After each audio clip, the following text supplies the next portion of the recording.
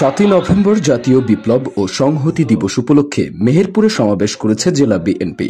শনিবার বিকেলে শহীদ ডক্টর শামসুজ্জোহা পার্কে এ সমাবেশ অনুষ্ঠিত হয়।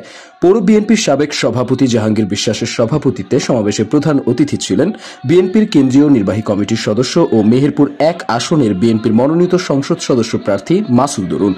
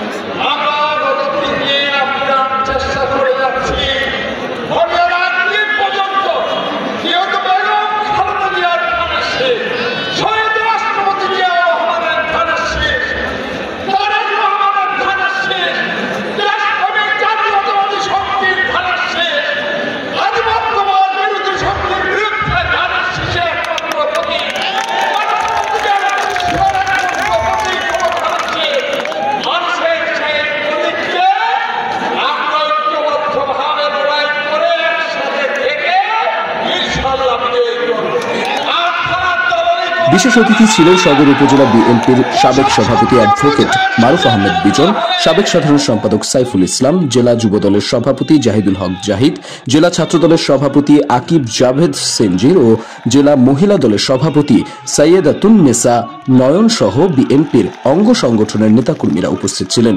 সমাবেশ শুরু হওয়ার আগে জাতীয় সঙ্গীত ও দলীয় সঙ্গীতের মধ্য দিয়ে সমাবেশ অনুষ্ঠিত হয়।